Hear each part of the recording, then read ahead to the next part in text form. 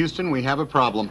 Well, if this article is any indication anyway from Edmunds, well, if you're someone that doesn't think that the economy or the car market is in trouble in general, think again. This article might change your mind. Negative equity on the rise. The average amount owed on upside-down car loans hit an all-time high in Q3 of 2024. According to Edmunds, analysts say more than 1 in 5 vehicles traded in with negative equity are underwater by $10,000 or more. So here are some quick statistics. 24.2% of trade-ins towards new vehicle purchases had negative equity.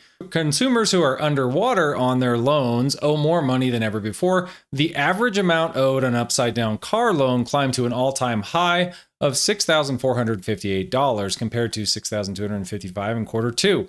Again, just super alarming statistics, and we're going to go through why here in a second. The worst statistic here, by far, more than 1 in 5 consumers with negative equity owe more than $10,000 on their loans. 22% of vehicle owners with negative equity owed $10,000 plus on their car loans, and 7.5% of vehicle owners with negative equity owed $15,000 plus. That's in addition to what the car was worth. So why is this happening? Well, Edmunds thinks it's this: a combination of uncontrollable market factors and misguided consumer financial decisions are contributing to the rise of the troubled trend. So why is this happening? Well, a lot of you already know why. On the market factor side, many consumers who purchased vehicles during the inventory crunch of 2021 and 2022 paid over MSRP for their vehicles, and they didn't chip away at the principal and interest on their loan. On the consumer behavior side,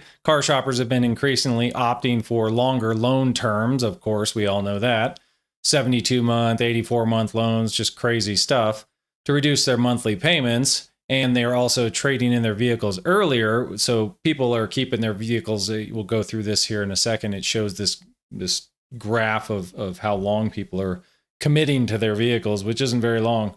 Analysts note another concerning fact from Edmunds Auto Finance: negative equity was prevalent across all vehicle types being traded in. So it didn't matter if it was midsize SUVs, compact SUVs, trucks, they all were kind of respectively being traded in with negative equity. They said, of course, it's easy to assume that it's only like specific models like luxury brands have negative equity, but that's not the case. They go on to give some advice here. With prices and interest rates being as high as they are, it's critical for consumers to think beyond the monthly payment and to be honest with themselves about their future ownership habits. A 7-year auto loan is a one-way ticket to negative equity if you know you're not the type of person to keep a vehicle for that long. So with those 7-year loans, you're not paying down the principal enough if you're only keeping the vehicle like 2 or 3 years. So it just doesn't make any sense.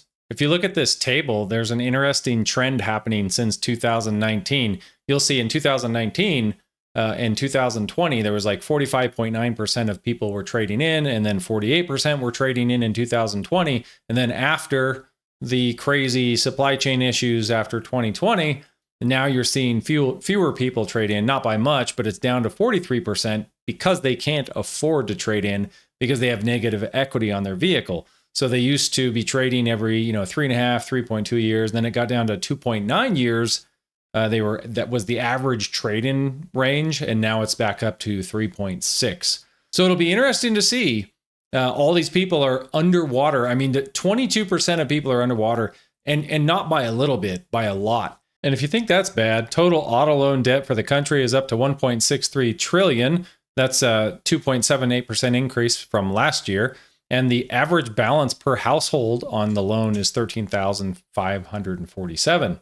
I think this is unsustainable. Auto loan debt has surged 79% over the past decade, from $910 billion in Q2 of 2014 to $1.6 billion in Q2 of 2024. So this isn't even up to date for Q3 stats. And I thought this was interesting. I'm a little ashamed of my age group here. They're representing a bad trend. So 40 to 49-year-old people had the highest auto loan debt, owing 234% more than borrowers age 70 plus. Kind of makes sense because 70 plus, they're probably not super interested in buying new cars anymore. They're probably settling down, maybe on Social Security, but they just don't have the need for all these new vehicles, and they're not running the rat race still. If you can imagine, the auto loan delinquency rate over time The graph is kind of looking eerily similar to 2008. Remember when we had the financial crisis and all the bailouts happened?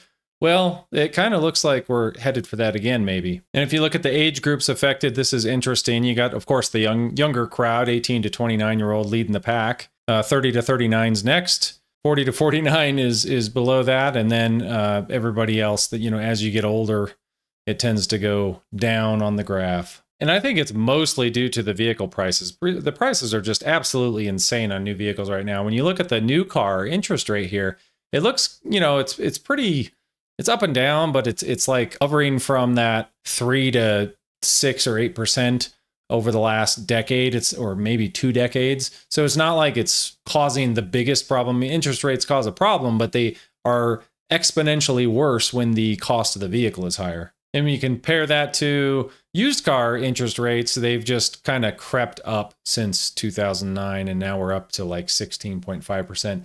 Used car rates are terrible right now. When you look at monthly car payments, I see this in the Facebook forums and groups all the time. The monthly car payment for new cars, the average is $734, used cars $525. Loan amount average is $40,927 for new cars and $26,248 for used cars. I remember not long ago when, gosh, you could get a bunch of different sedans, even smaller crossover SUVs for the $20,000 range, brand new, a lot of the time with 0% interest. Gosh, we're not that far removed from those days. And we have not recovered from what 2020 did. And my fear is that manufacturers have figured out that they can just charge whatever they want. All their profits are up. And they're selling fewer vehicles, but profits are up, and they truly don't care. They'll probably just lay people off. And here's what I think you're going to see from these manufacturers, a lot of this. Ford suspends F-150 Lightning production to let demand catch up to supply. They're not going to lower the price that much for you and I. They're not going to give us sweet deals and drop the price $20,000 on all of these vehicles. You're just going to have to maybe get a $10,000, $12,000 off, and you'll feel like you're getting some sweet deal, when in reality, they're just holding back production, and they'll wait for things to sell, because there's always going to be this upper echelon of people that will pay for these vehicles over time. The first thing that I think Ford, Stellantis, any of these companies are going to do is just layoffs. I think we're going to see a lot more of this October through probably January, February, until tax season hits. Stellantis cuts 400 more jobs. And this on November 8th, Nissan shares slump after it announces 9,000 job cuts and a plan to slash production. Now, what can you do if you're someone that is in a negative equity situation? I've been there, so I kind of have a soft spot in my heart for people that are in this situation, and it just feels miserable. You feel like you're a slave to the debt, and it's not a good position to be in. Now I just own cars outright, and I'll own older cars. I don't need new cars. The best thing you can do is pay extra on your principal every month. What I did, I paid extra on the principal. I actually started working, doing freelance work, basically like a second job, and took every bit of extra money I had and just paid off my car loans. Once I did that, I just vowed that I would never go into car loan debt again. And it's been fantastic ever since. There's something to be said about the peace of mind you get when you do not have a car payment. And I've heard this argument from a ton of people in my comments. They say, oh, I'm not going to buy a used car because you don't know how someone took care of it. Well, you kind of do. You can figure out a lot. There's so much information on YouTube about how to inspect a car for free if you don't have a mechanic or you don't want to pay one.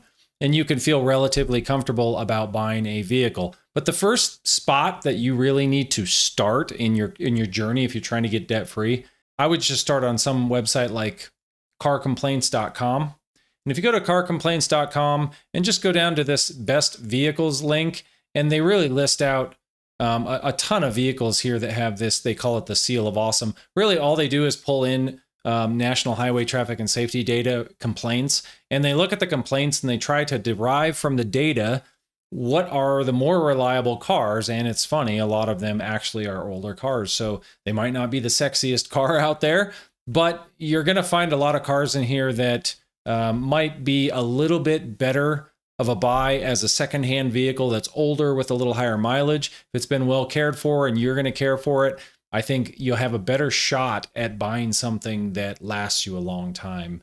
just by starting with this list. It's not always the way people want to shop. Everybody wants to shop on like, what's the sexiest vehicle? What do I want to see? But you know, you need to get over that if you're in this negative equity situation. And myself and many other YouTubers have videos on how to inspect and test drive a car so you feel a little bit more comfortable about it. My video is labeled how to inspect and test drive used cars before buying. I will link it right here at the end of this video. Thanks for watching. Till next time.